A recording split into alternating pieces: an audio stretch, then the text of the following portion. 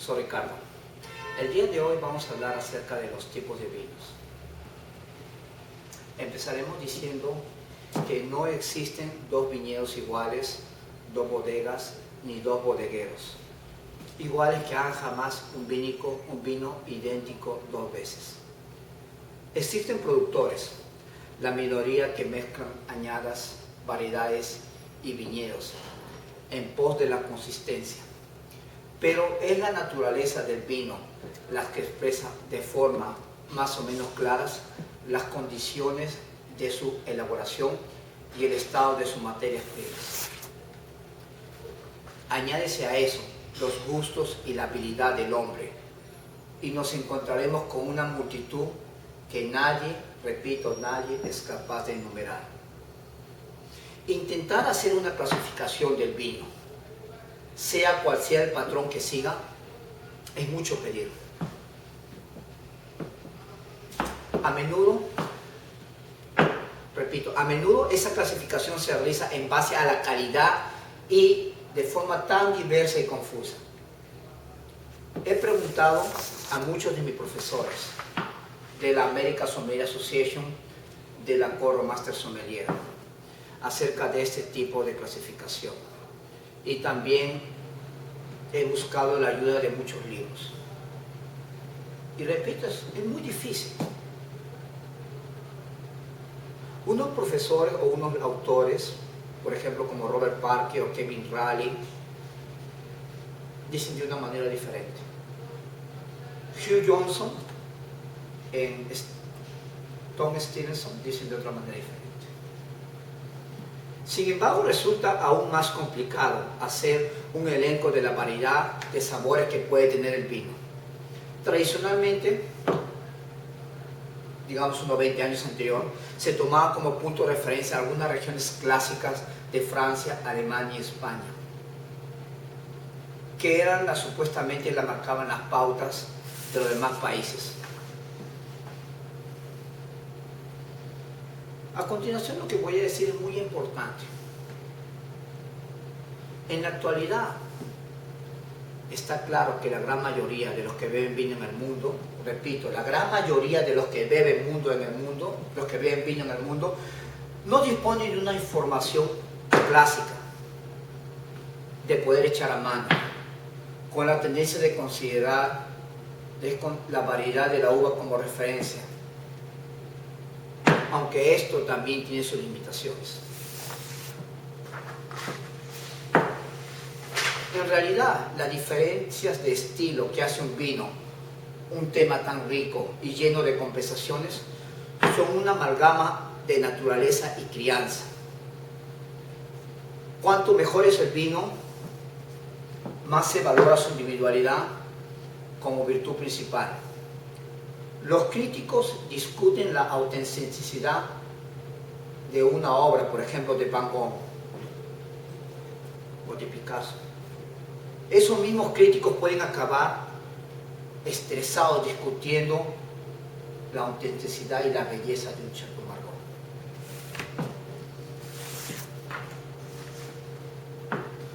A continuación, hablaremos de los factores principales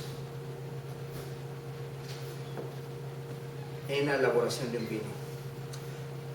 Muchas veces mis clientes me preguntan: Ricardo, ¿qué es lo que hace un vino distinto al otro?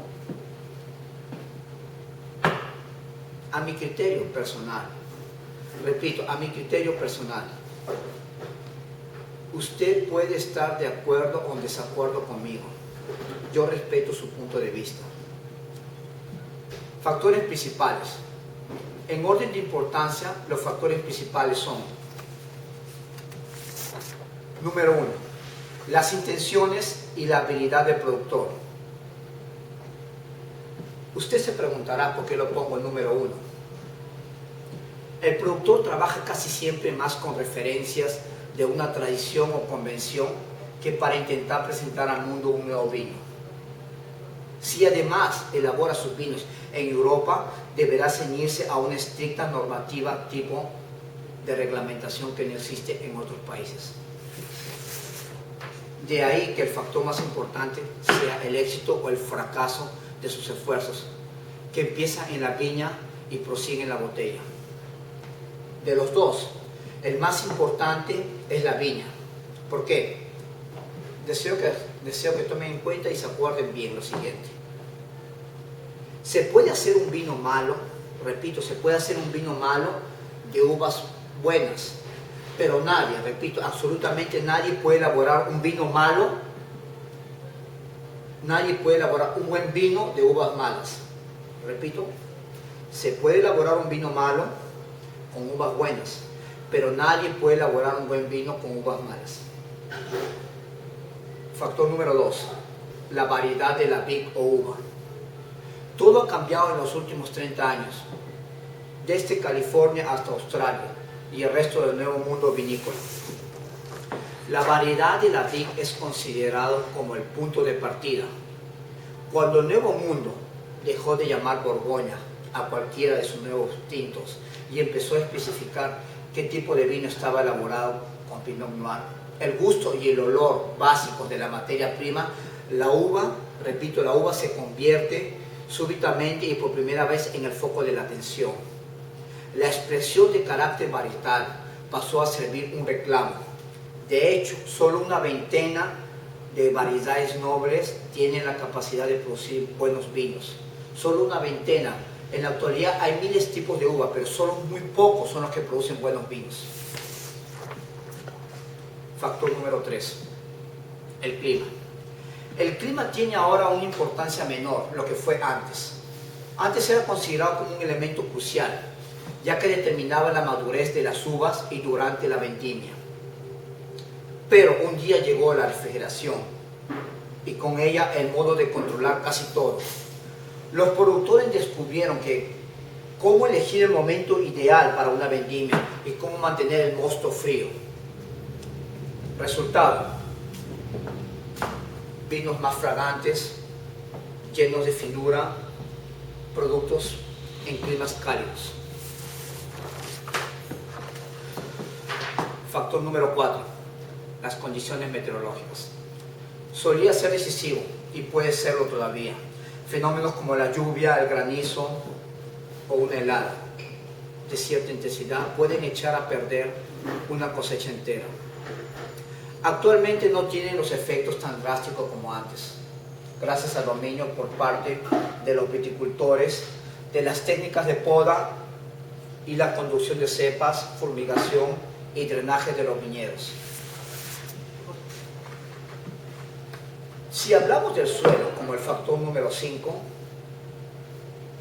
un francés le dirá que es el elemento más importante. Uno de mis profesores de la Corte de Master Sommelier decía pero muy que el terroir, o terruño en español, o soy en inglés, que es el más importante. Los franceses, por supuesto, defienden por su propio patrimonio. El suelo sí importa, especialmente desde el punto de vista de permeabilidad o drenaje, aunque su estructura física es más importante que su composición química. Pero resulta difícil demostrar si existe una relación directa entre el suelo y la calidad del vino. Y aún es más complicado probar si hay una conexión entre este y el tipo de vino. Factor número 6, la edad. Muchos clientes me preguntan cuándo consumirse el vino, especialmente un blanco. Un año es una buena edad para la mayor parte de los blancos.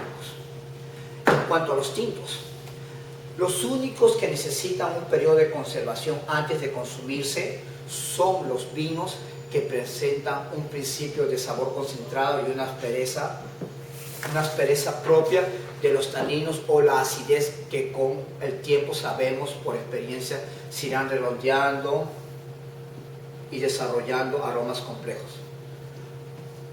Ahora hablaremos de los 11 tipos básicos de vinos. Nuevamente, algunos podrán tener su propia definición en lo que yo he consultado con mis profesores, en mis propias consultas hice. Es una clasificación es muy personal. Como repito, usted puede tener su propio punto de vista, es muy respetable. A continuación, los 11 tipos básicos de vino agrupados en forma genérica, resultantes de las distintas combinaciones de los 6 factores anteriormente expuestos, con ejemplos típicos e indicaciones apropiadas para consumo. El primero, hablaremos de los blancos. Clasificación número 1, blancos secos de sabor simple y sin aromas.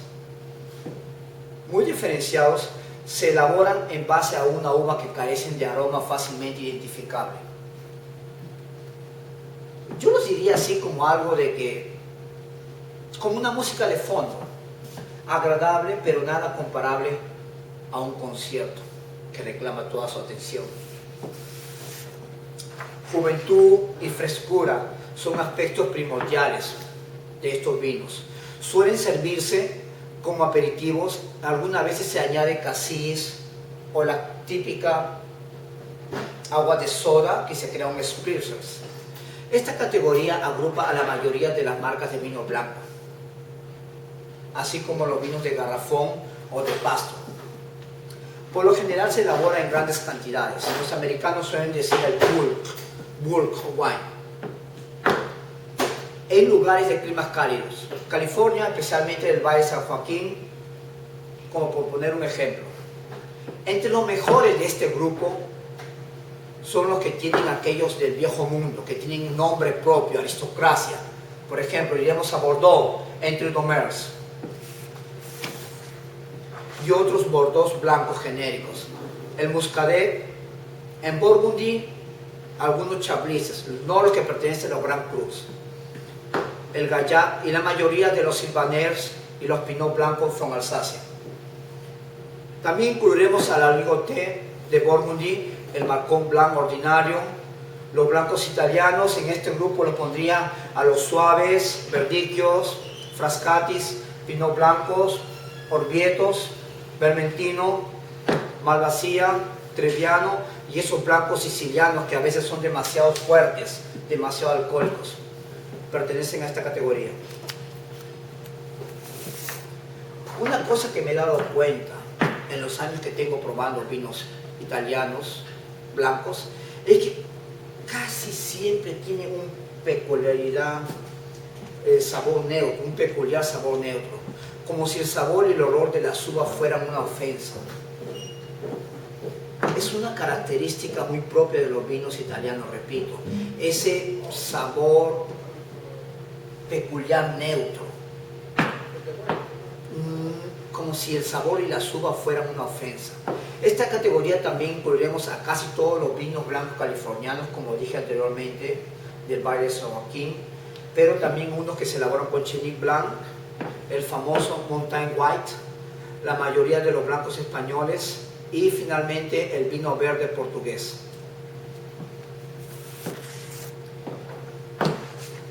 Resumiendo, en esta categoría se trata de un amplio espectro sin drásticos extremos, pero esencial como base para pasar a los vinos más exóticos y de más categoría. Número 2. Vinos ligeros y aromáticos, con sabores propios de la uva y aromas más o menos florales y afrutados. En esta categoría, Alemania es el rey. Marca la pauta. Los vinos alemanes, una característica muy importante de los vinos alemanes es que son bajos en alcohol y por lo tanto transparentes en sabor. Su fin, la perfumada tersura y acidez de la fruta fresca, ya sea compensada con cierto grado de dulzor o el famoso trocken, sin azúcar añadido, estilo muy a la moda, al menos en Alemania. Acá en América, en Nueva York, muchas veces en el verano sí se utiliza mucho. Un punto, si se utiliza el Riesling como una variedad modelo, los mejores vinos alemanes de calidad proceden de puntos específicos, ya sea del Rin o del Mosela. Son el sumum de esta categoría, el top. Luego, las especificaciones Cabernet, Espatlés, Auchlers determinan la progresión en la riqueza de los vinos. Un punto muy importante, antiguamente todos los auxiliares eran dulces. En la actualidad se puede dejar fermentar hasta el final para que sean secos y muy potentes. En esta categoría la contrapartida francesa son los rieles y Gewürztraminer alsacianos, que tienen más cuerpo, más contenido alcohólico y por lo general más seco. Los Sauvignon Blanc procedentes del Loire, especialmente del valle del town de Taurin. En este tipo de vino también incluiremos a los famosos Grüner Veltliner, el orgullo de los austriacos. Los italianos del Friuli. También los rieles y Gewürztraminer australianos, californianos. El torrontés argentino, que acá lo tengo en una cata. En mi opinión, es escandalosamente perfumado y muy difícil de relacionar con la comida. Número 3. Vinos espumosos, con el champán como rey. Entre un vino blanco corriente, llamémoslo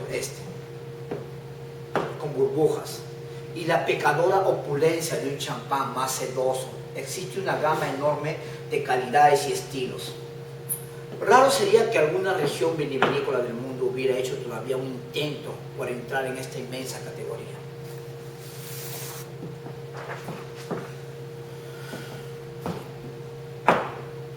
Categoría número 4. Ahora hablaremos de los blancos secos, amplios, con marcados caracteres, productos de las mejores variedades y de su madurez. El rey en esta categoría es el Burgundy Blanc América, el Burgundy Blanc como llaman los americanos, el Borgoña como se llama en Latinoamérica. Ese matrimonio entre la noble Greve Chardonnay y los pequeños barriles de roble donde se elaboran el Burgundy representan el sumum de esta categoría. Les pido por favor que pongan atención a lo que voy a decir a continuación. Todos, en base a mi experiencia, por supuesto, todos los mejores vinos blancos franceses responden casi siempre a un mismo perfil. Aromas relativamente discretos, plenitud en la boca, firme estructura y generosa graduación alcohólica, unos 13%. Lo que confiere un vino apetecible, suculente, sin que exista una clara sensación de dulzor. La finalidad de estos vinos es servir de acompañamiento a la comida, enriquecer su plato, hacer una experiencia muy fabulosa, sea de su día o de su noche, ya que resulta cansado si lo beben solo. Su sabor es tan pronunciado como el de la mayoría de los vinos tintos, así que no lo pierda enfriando mucho, no necesita enfriarse demasiado. En esta categoría la lista comienza con la variedad Chardonnay en casi todos los lugares donde crece. Necesita al menos un año en el bote, normalmente 2 para alcanzar su pleno sabor. Podemos considerar los vinos maduros de calidad superior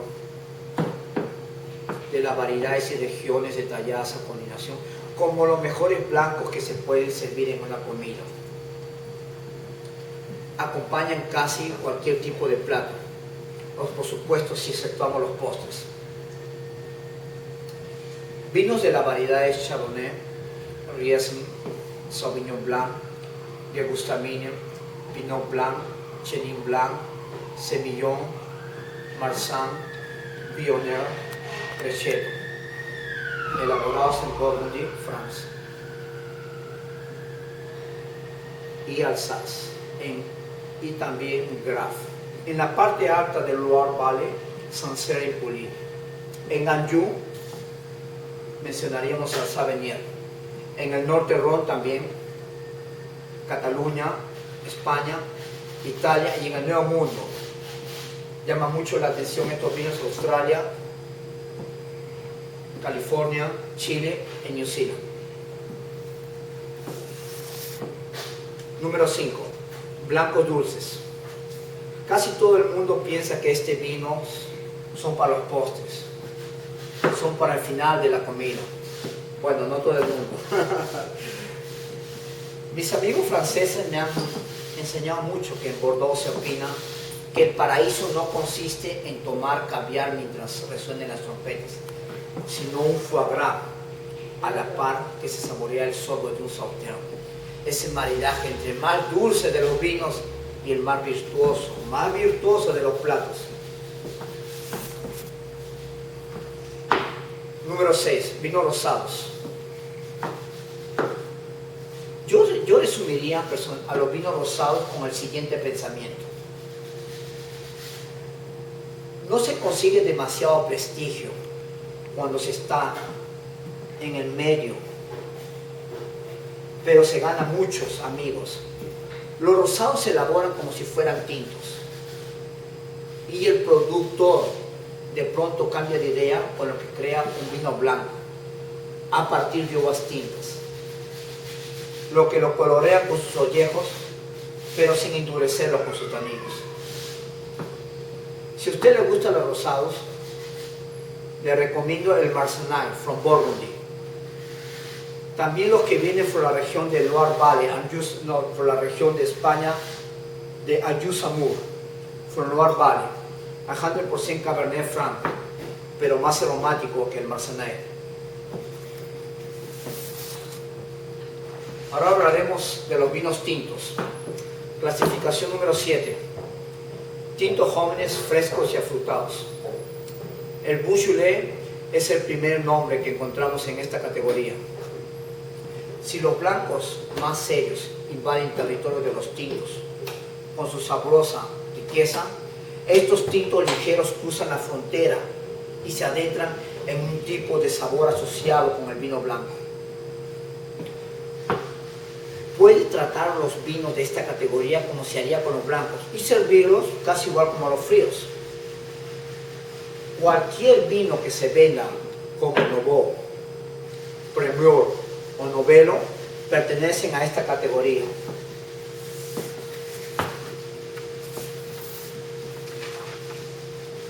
Los mejores de muchos de esos vinos franceses, vin de pais o vino de la tierra, están en esta categoría. Italia ofrece su famoso Valpolicella, Bardolino y Chiaretto. Y a veces también un vivo dolcetto procedente del norte de Piedmont. Número 8. Tintos corrientes y económicos, vengan o no vengan en botella. En esta categoría se empieza con Vin ordinaire o vino corriente francés. Comprende también esos vinos mezclados durante su elaboración con el fin de crear un producto con mínimo de intensidad de sabor, razonablemente suave, moderadamente alcohólico y con una tonalidad de rojo aceptable, como los americanos llaman el pulque wine. Pero carece de encanto, de vitalidad, de individualidad. Las versiones francesas tienden a ser secas, pobres y agudas. Por otro lado, las versiones italianas, sudamericanas y californianas claramente más dulces. Finalmente, las versiones españolas más suaves. Merece la pena hacer notar que que la categoría oficial comunitaria europea, vino de mesa, que cubre este tipo de vino elaborado fuera del sistema de denominación de origen. Número 9. Tinto de mucho cuerpo que necesita un periodo de añejamiento.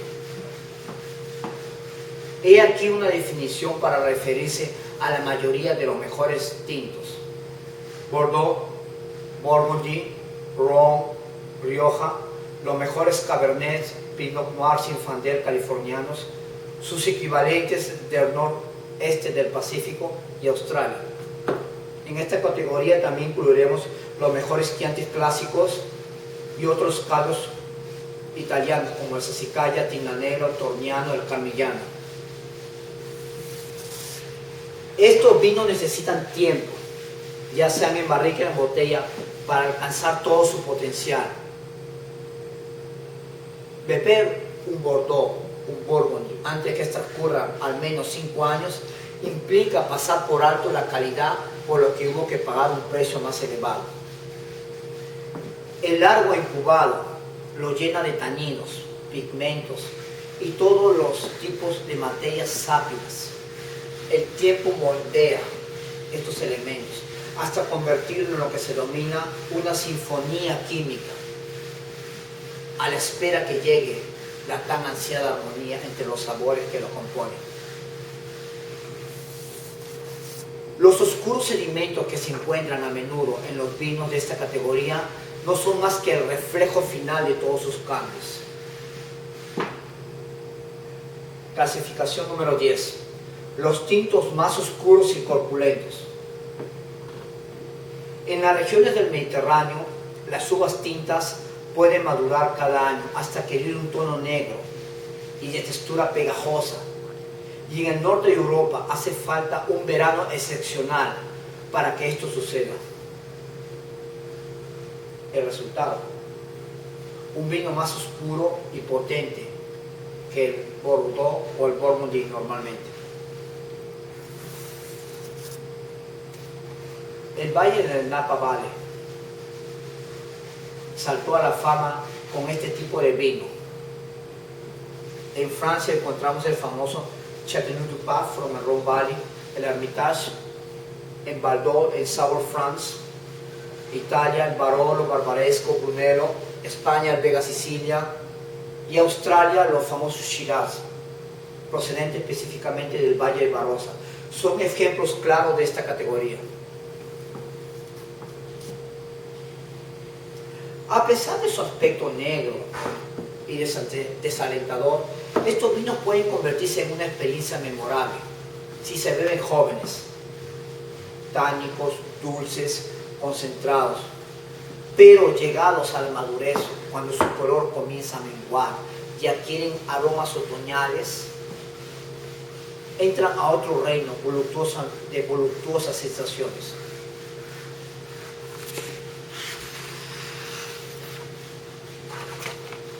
La última categoría: vinos con alcohol añadidos.